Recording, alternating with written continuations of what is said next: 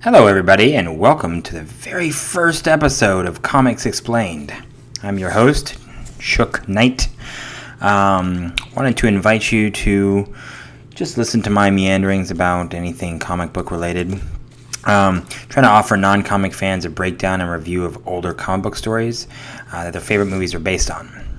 So for this first few episodes are going to be focusing on the character of Thanos in anticipation of the new Marvel movie Avengers Infinity War. In my opinion, they haven't done a really good job of establishing Thanos as a threat in the movies thus far. And they really haven't delved into his character either.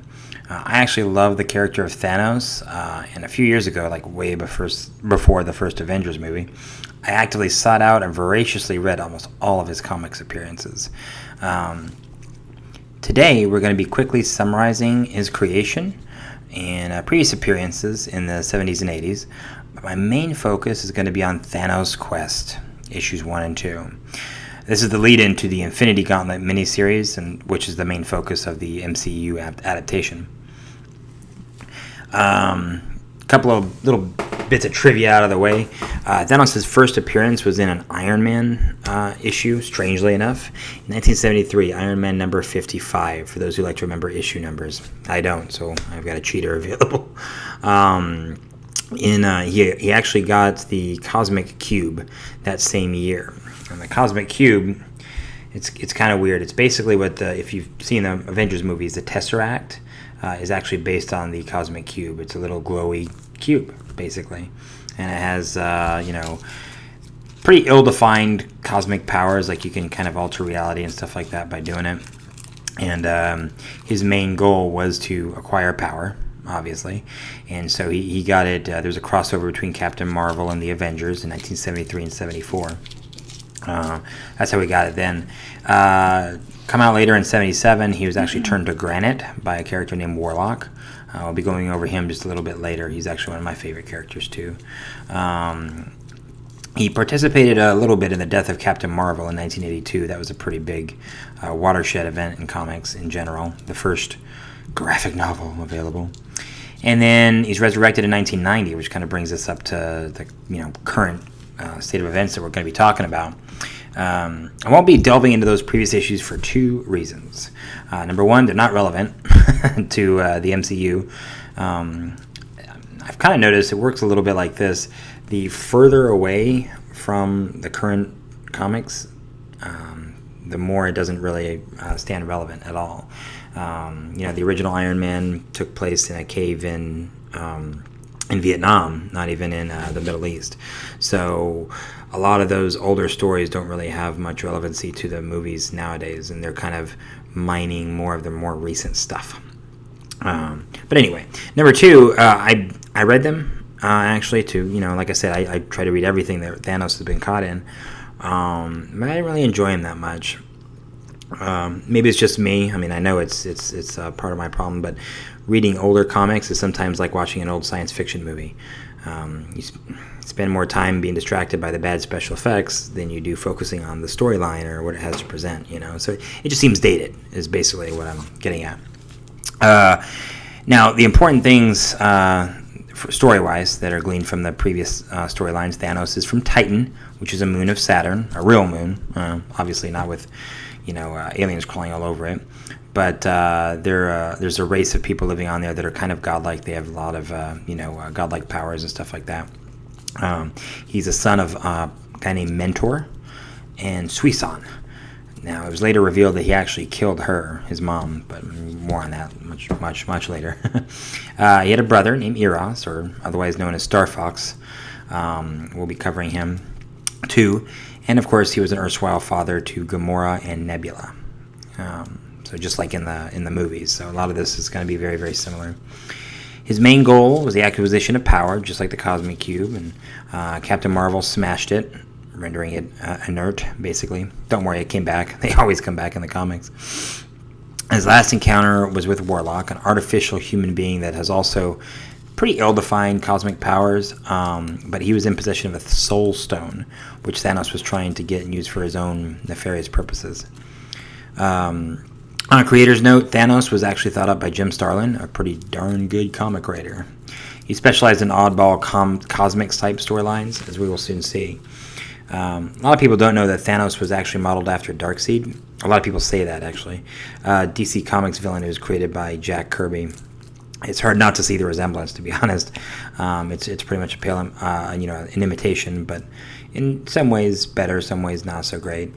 It's why the DCEU actually used an obscure villain called Steppenwolf for their Justice League movie. They wanted to kind of avoid the comparison to Marvel in general. For these two issues that we're going to be discussing, just for credit purposes, Ron Lim was the penciler and John Beatty was the inker.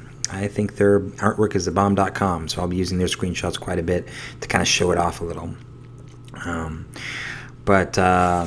Yeah, I mean, that pretty much covers it. The really cool thing for me personally about the Infinity Gauntlet, and I've said this to a couple of friends of mine before, there's a lot of comic book storylines that have relevancy outside of comics or in the world at large. Watchmen's a really good example of this. Watchmen is actually taught in college courses as literature.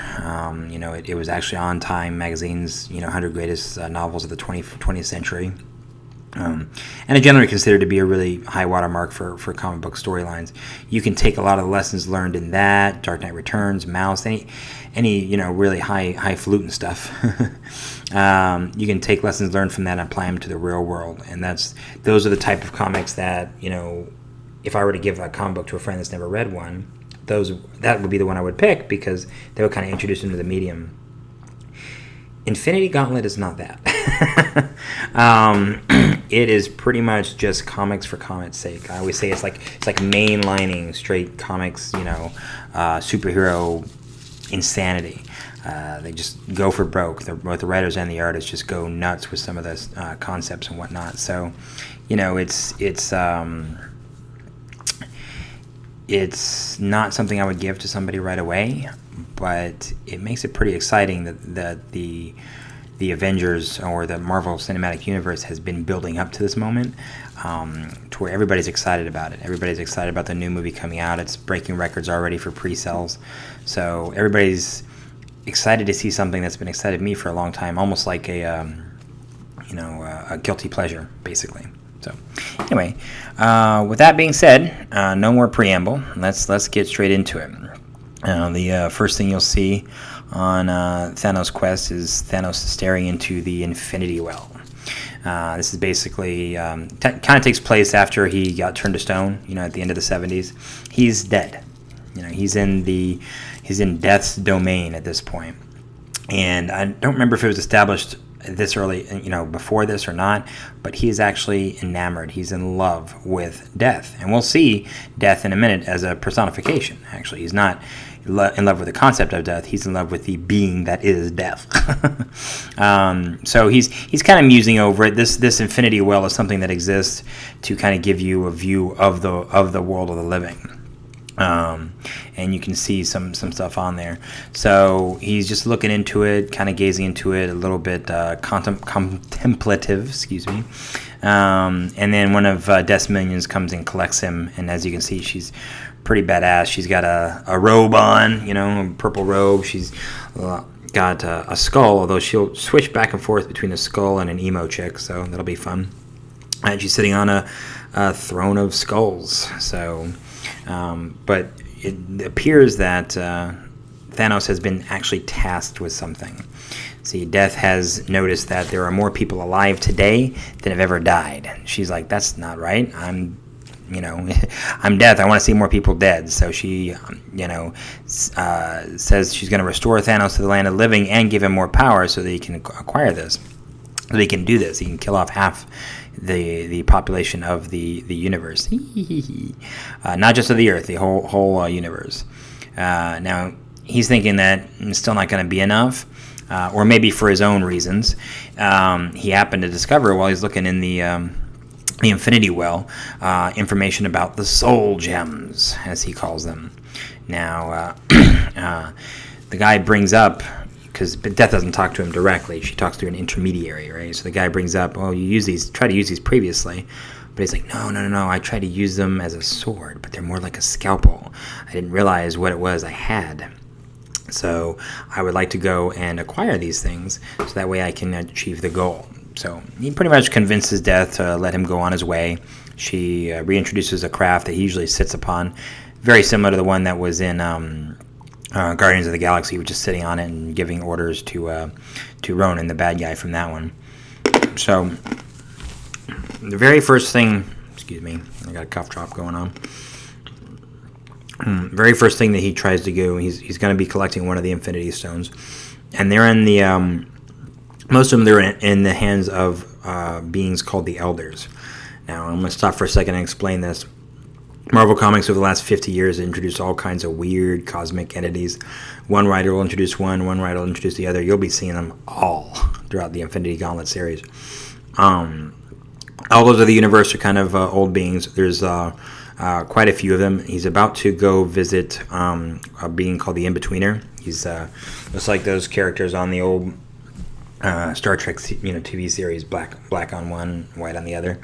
But he's transgressed something that some other cosmic beings have, disagreed with him and put him in prison. So you see this pretty awesome little artwork over here showing Thanos traveling to the nexus of all realities, to try to find him. I don't know, whatever. Comics are weird. Going over that, there's a little bit of of writing diarrhea here, but I still love it, where it talks about how awesome Thanos is because he can stand through all this this gauntlet, basically, like to travel through these different realities and stuff like that would break anybody else down. But Thanos is unique, and he stays himself. So he goes to the nexus of all realities, sees the In-Betweener's prison. There's a whole bunch of creatures in between him and there, but he just dispatches them very easily. Kind of a nice little show of power. Talks to the In-Betweener, is kind of a pompous jerk, as a lot of these guys are. But he feeds him a line of BS, says that, hey, look, I'm basically Death's slave. I want a different master. If I free you from this prison, will you let me be your thrall? And this guy's like, problem. Yeah, okay, sure. Let me out of here and I'll do whatever, Of course, planning to betray him right afterwards. So together they, use their energies to break him out of prison. This little energy shield that he's in. And immediately In-Betweener's like, haha, you fool. And Thanos he tries to dispatch him, but he can't because he can't use his powers. He's like, what the heck? So Thanos smacks him and says, well, you're an idiot. You in that prison that they gave you, the Lords of Chaos and Order, again, another cosmic entity, they allowed you to use your powers because they were being nice. But outside of it, in the nexus of our realities, you don't have anything to feed off of, anything that your energy needs to power your powers. So you ain't got nothing. You won't be able to defeat me at all. He just pops the gem right off his forehead and walks away, and leaves him to be discovered by Lord Chaos and Master Order. Again, they'll be reappearing again. They're not elders. They're just kind of weird little things that have shown up on occasion, floating weird heads. So Thanos is in the middle of space now with his little gem, kind of just musing over it. And Death and her thrall show up and say, so do you really balk at being in Death, Mistress Death's thrall? Basically, do you mind being her servant? And it's again the artwork here to take somebody as weird looking as this guy. He's got a big ass purple chin, raw, wrinkly, weird looking face, but it made him look like a 13-year-old boy. Like, no, I don't. No, what are you talking about? I just bullshitted him into telling me that, let me do that. So they're like, all right, we'll let you do your thing.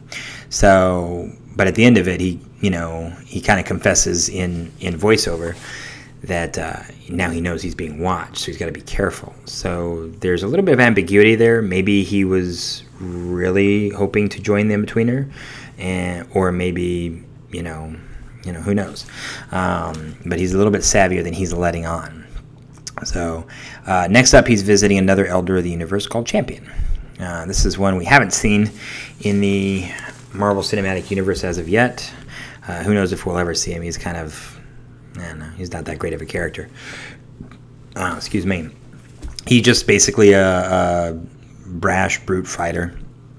And so he's just on this planet right now with a race of warrior people and beating the crap out of them just for fun, just because he can. So Thanos shows up and challenges him to a duel. And he's like, I'm champion. I'll defeat you. And then he just takes I love this part. He takes a real big swing at him. He's like, I am invincible. And then Thanos says, you also telegraph he ducks it from the punch. He says, you telegraph your moves a mile away. He's like, what? Like, you know what? Never mind. He just punches him. That's pretty awesome. So they go toe-to-toe for a little bit. Energy blasts abound. Champion rushes at him, and he comes up against his personal force field. In which case he's like, oh, that's chicken shit, whatever. So he starts trying to smash it, and Thanos is like, oh my god, he's actually going to break through this force field, and I'm going to be screwed. And then Champion gives up, like, at the last second. He's like, you know what, I'm bored of this. So I'm going to, end this once and for all. So according to Thanos' voiceover, this is what he wanted the whole time. Dude flies up and right back down as hard as he can to try to smash Thanos into the ground. Well, Thanos is too smart for that. He teleports away at the last second, and so he smashes into the ground and even deeper, causing a chain reaction, which caused the whole planet to explode. What can you say? Champion's pretty dang strong, stronger than he thinks. He actually survives the blast, and Thanos shows up, and he's like, oh, that was stupid. You just fought over what we were trying, he lied to him and said that he was trying to win that planet from him. And Champion's like, whoa, I'll battle you for your craft, for your, vessel. And he's like, nah, I don't think so. I'm bored. He's like, but there's got to be something. He's like, how about this? How about you give me that gem on there and I'll tow you to the nearest planet? He's like, what? No, I'm not giving that up. He's like, all right, fine, bye. Wait, okay, fine. Here, you know what? Take it. Stupid thing never worked anyway. He's like, yeah, okay, sure, it didn't. You're too dumb to figure it out. So he takes him and he literally dumps him on the next planet, just lets him go in the atmosphere. And he's like, I told you I would deliver you to the next planet. I didn't say what condition you'd be in. So now, short work, he's got 2 of the Infinity Stones. Next up is the Gardener. This is a pretty odd little section here. Not too much action, but I still really, really enjoyed it. He shows up to this guy. Again, he's the Elder of the Universe. Looks like friggin' Father Time. He's got the staff. He's got the beard and robes and all that jazz. And all he does is just tend to, admittedly, a very beautiful garden. That's where he spends his time. And I think, Thanos shows a lot of respect for him. He shows up. He's like, look, this is a beautiful garden. Let's walk in it for a little bit. Just chill. So they walk in it for a little. And he's like, I'm here, though, right? He said, yeah, you're after this, the gem. They keep wearing it in the forehead for some stupid reason. So he says, well, I need it. I don't do anything but tend to my garden. I can't, it helps me tend to my garden. So I got to use it for that. And he's like, well, I have to be Thanos. So are you sure you don't want to just give it up rather than have me take it from you? And the guy says, no, I got to be true to myself too. And he's like, that's a pity. So then they sit there for like what seems like forever. It's a very weird series of events. It's actually conveyed with the artwork instead of, a voiceover or talking or anything else like that. They just sit across from each other on these 2 benches. And all you see is Thanos. That's a good reason for that. And you see all these vines starting to come up around him. And you can tell, like, Gardner's trying to use his power to maybe throttle him or whatever. But then Thanos just stands up and breaks it all apart. And, he explains, just talking to himself, as you do, that the reason why Gardner had been so good at tending to his garden was because he actually had a gem in his forehead that controlled time. So it allowed him to speed up the process that a plant grows at, and then hold them in that position where they're beautiful flowered or whatever. So he was subconsciously manipulating time. I did neglect to mention that the previous two gems, the in-betweener, crap, I can't remember the one he had. I'll have to look back on it. But anyway, the champion had the power gem. It was what made him strong. So I can't remember what it is. Time, space. No, he had the soul gem. That's what it was. Yeah, the soul gem. But he didn't really use it for hardly any purposes at all. He just had it there. Whatever. But anyway, so the gardener used the time gem, and Thanos, he's got this like really sad look on his face. He's like, this garden's beautiful, but it's screwed now. It's falling apart because I just killed you. He used the power gem to increase the time gem to speed up the process of which the vines grew. So the vines grew all the way around and inside the gardener, just killing him. It's a pretty unique way to do it. So we get to the end of the issue.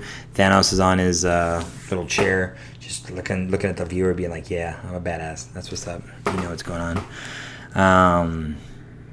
Into issue number 2, we finally start with something that's a little bit more interesting for those who watch the movies. The Collector, Tenelier Tavan, which he's never named really. I mean, occasionally they drop a name or something like that, but they mostly call them by their code names in the comics. So the Collector is there. Now, this is the one that in the movies was played by Benicio del Toro in Guardians of the Galaxy and introduced us to the concept of the Infinity Stones in general. You can see him standing here with his menagerie of animals and other things he's collected over the years. So Thanos calls him up and says, "Hey, you know what I'm doing, right?" He says, "Yeah, I know what you're doing. You're after my Infinity Stone. You're after my Soul Stone." In which case, Thanos corrects him and says, "I prefer to call them Infinity Stones, actually. Seems a little bit more apt." And he doesn't, use his terminology. He keeps calling it a Soul Stone. But anyway, he says, "I don't think I'd be willing to give it up, especially to you." And Thanos says, "Well, I think I might be able to convince you. If I can give you something that's even more valuable than that Infinity Stone to have in your collection." And this is like music to the collector's ears. He's like, "Well, it'd have to be really good." That's not a no. So he's like, yeah, you know what? I'll get back with you. And so he hangs up. And just like before the interaction with Mistress Death, there's more than one purpose to this call. So Thanos is sitting there on his chair in the middle of space, and he says, "Well, if the Collector has figured out how to use that stone, then he's going to catch up to me right now. Just by the fact of me calling him means he will be able to track me. So I'm just going to wait." Nope. Okay, cool. He's an idiot. He doesn't know what he has. So instead, he goes after the runner. Now, at this point, he's got 3 Infinity Gems, right? Gems is what they're called in the comics. Stones is what they're called in the movies, but 6 of one, half dozen of the other, right? So they're a little bit more polished. They're not rough rock.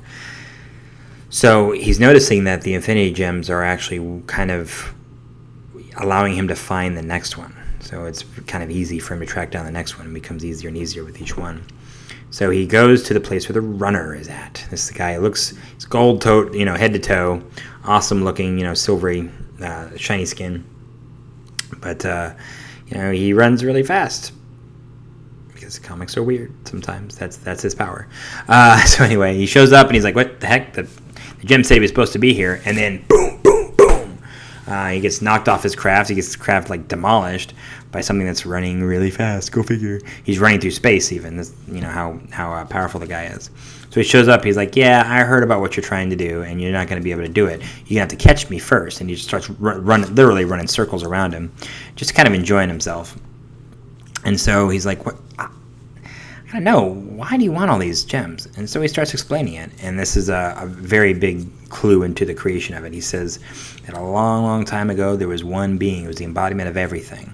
The most powerful being ever. He's like, if you want to call it God, go for it. Because what else would be appropriate? So this being called God was very lonely because that was it. That's all it was. So he split himself off into 5 different gems, and they just, dispersed throughout the universe. And he's trying to reunite them again. And Runner's like, "Great, that's a cool story. Now I'm going to do it." So that's when Thanos starts getting really savage. He starts tearing him down, and the guy's like, "Wait, I have you cornered. There's no way you're going to be able to catch up to me, right?" And so again, it closes in on Thanos, and it doesn't show you Runner, and he keeps talking and talking and talking, and then Runner doesn't interrupt him until it finally pans out, basically, and you see that he's used the time gem to age the Runner by a few million years. Now, these elders of the universe, they thought they were immortal, meaning they could never die or age. But it turns out they're just, they can be really old and not show age. So if you get, a few million years from now, you actually appear to be a really old dude, or a billion years or whatever, So takes the gem off his forehead again with ease, and then he's like, you know what? I think I might like you better as a baby. Becomes a baby, right? And it's still gold in the whole 9 yards. He's like, yeah, you're less of a jerk this way. So he grabs the baby in his hands and takes it with him, and sure enough, the next stop is the collector. So he says, hey, look, I've got an Elder of the Universe as a baby. Surely that's worth more than an Infinity Stone. And after a few back and forth, the collector's like, you know what, you're right, I can't really pass that up. Here you go. Here's a gem. And guess what? It's useless. I've done all the scans I can on this thing. It's just a useless hunk of metal, or glass. So go for it. And he's like laughing at him. And, oh, shoot. I did forget to cover it. So the runner, the reason why he was able to move so fast is because he had the space gem. And the space gem allowed him to be able to kind of subconsciously manipulate space and sometimes arrive at places before he could even do it. Basically, he was teleporting just really fast, you know. Anyway, so back to this guy. So the collector, he's like, I'm not surprised to hear that you think this thing is worthless. It takes some skill and imagination to unlock the features of it, in which case you don't have either one. This is the Reality Stone. And this is, again, another awesome little piece of artwork here. He uses it to, I mean, you could just do anything. You can make everything, you know, go, you can make the bottom become the top and vice versa and just, you know, tear people's insides out, like whatever. You could just manipulate everything, you know, gravity and all that stuff. And immediately the collector's like, get that the heck out of here. That's a nuts thing. I can't believe I had that the whole time. He's like, okay, cool, I'll get out of here. Oh, by the way, just want to let you know that spell that I placed over the runner where he's going to be, you know, decelerated into a baby, that's temporary. And he boots it out of there. The runner stops becoming a baby and starts beating the crap out of the collector for trying to collect him. Next step up is the Grand Master. Again, this is one we've seen in the movies. This is from Thor Ragnarok. That's where Jeff Goldblum played him. Now, he's got light blue skin, as you'll see. They went instead with a little, you know, piece of goatee or whatever on there. But he loves games. So Thanos shows up to take the gem from him, and he introduces a game instead. And Thanos is getting impatient at this point. You know, Grandmaster's like, do you want to hear the rules? He's like, nah, let's get to it. I'm like, but okay, I got to tell you the rules, though. Okay?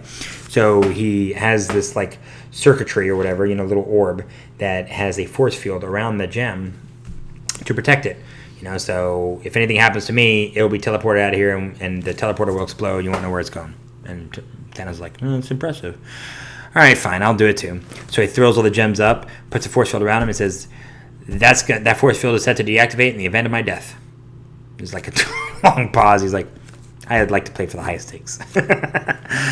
So he's like, all right, fine. So Grandmaster has this little VR headset they both put on where they're, you know, going to be using avatars to fight each other. Nice little video game thing here going on. He's like, a kill strike in here will not kill you, but, you know, it'll make you in the game and then you lose or whatever. And so immediately they get transported to this mystical, you know, computerized creation. And immediately Thanos is aware of two things. Number one, this is pretty awesome. This is pretty sophisticated what he did. But number two, a kill shot's going to kill on this one. You know what? That's fair. That's what I would do if I was in a situation preventing somebody like me from getting access to the Infinity Gem. So can't blame him for it. But they go back and forth. But of course, Thanos outwits him and tries it for the kill shot. When he does it, his guns backfire and seemingly kills Thanos. It's kind of weird. It's like it encases him in some sort of cocoon or something. I don't know. So, you know, the Grandmaster sits there gloating and knocks the cocoon over. It breaks apart, and there's robot parts. Because Thanos thought I'm going to just send a robot instead. Life model decoy, as you will. So, now with the force field down, because the game has ended, he takes the last gem, and it looks like he kills the Grandmaster, though. All these eyes all come back, so don't worry about them at all. But, you know, at the end of it, he's thinking, you know, this idiot. If he'd used the gem rather than keeping it enclosed, he would have known there was a robot across from him. It's the mind gem. Would have allowed him to read the mind of somebody that's across from him. So now he's got all the gems together, and he's just musing over what they can do, man, you know? Let's see here. The time gem can manipulate time. The space gem can manipulate space. And I'm going to throw a graphic up here that's going to tell you, like, they all have analogs in the Marvel Cinematic Universe. It's not really like a one-for-one thing. Like some of them just they don't do stuff that's as well defined, I think, as the comics. But hey, whatever. 6 to 1, half dozen to the other. They didn't realize what they were doing at first. When they had the Cosmic Cube, they just threw it in there. Figured it's whatever. It was only around the time of the first or second Avengers they were thinking, okay, this is going to be this, like the Loki pokey stick, as Kevin Smith calls it, the Infinity Gem that sat in Loki's spear that he jabbed in everybody's heart to make them, to control their minds. Well, that's the Mind Gem. Go figure. And that's in Vision's forehead. And there's others too. The Time Gem is in, Doctor Strange's possession. So who knows whether or not they'll actually use those names for him. But, that's right. So after, gloating, basically, he goes back to, Thanos goes back to Death's palace and says, hey, what's up? I got the power now. I can do what you asked of me. And Death is not happy. She's not overly pissed off either. She's kind of chill. And he's like, I thought you'd be more impressed. Again, talking through some, a lackey, basically. And in a minute, he gets pissed off at this and just blows up the guy. Out of his own, pissed offness. But he's like, I thought this is what you wanted. And she's like, well, now you're more powerful than me, so you're kind of my slave instead of the other way around. So you didn't like being a slave. How do you think I like it? So Thanos goes over the Infinity Wall and has himself one tear. Oh, poor guy. Yeah. But anyway, so that leads us into the Infinity Gauntlet miniseries. A little bit different, setup than the Infinity War. I mean, number one, there's a name difference. The Infinity War actually is a miniseries that happened in Marvel Comics. It was a sequel to the Infinity Gauntlet miniseries, but it involves specific things about Warlock that just aren't going to be. Warlock's not even going to make an appearance in the Infinity War. So Infinity Gauntlet sounds a little passive. Infinity War sounds aggressive. So that's probably why they went with it, would be my guess. It's a war. But anyway, so yeah, next episode we'll be talking about like the first issue of that and kind of going through. They do this thing in comics where they have like a big crossover, and a lot of times they'll have like the miniseries itself and little things that are branching off of it. Like an episode. An issue of Silver Surfer will be dealing with, his interaction with Thanos. Then an episode, an issue of this will be dealing with that. Overall, I like to focus on the main event. The other issues are there to get you maybe interested in reading that particular comic, and I'm not going to bother picking it up because it's probably been canceled by now. But anyway, so that's it. Let me know what you guys think. If there's anything I didn't go over, there's too much I did go over. There's personal preferences on anything. Hopefully I'll be having a different setup pretty soon. Right now I'm just using the MacBook camera and Blue Yeti mic, as you see. Very nice. So the microphone's good. Looks like the quality itself, the video quality is not that great, but we shall see. Till next time, true believers. Have a good one.